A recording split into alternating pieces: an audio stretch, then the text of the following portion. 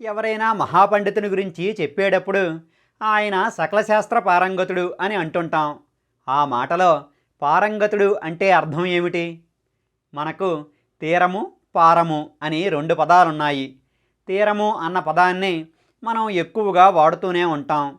సముద్ర తీరంలో కూర్చున్నాం, నావ తీరానికి వచ్చింది, గోదావరి తీరంలో కాసేపు నడిచాం, ఇలా అంటుంటాం. ఇక్కడ తీరము అంటే నది ఈవలగట్టు. అంటే మనం నదికి ఏ వైపున ఉన్నామో ఆ వైపున ఉన్నటువంటి ఒడ్డుని తీరము అంటాం. అలానే నదికి అటువైపున ఉన్నటువంటి ఒడ్డుని పారము అంటాం. పారము చేరాడు అంటే నదిని దాటి ఈ చివర నుంచి ఆ చివరకు వెళ్ళాడని అర్థం. సకల శాస్త్ర పారంగతుడు అంటే అన్ని శాస్త్రాలను ఈ చివర నుంచి ఆ చివర వరకు చదివేశాడని అర్థం.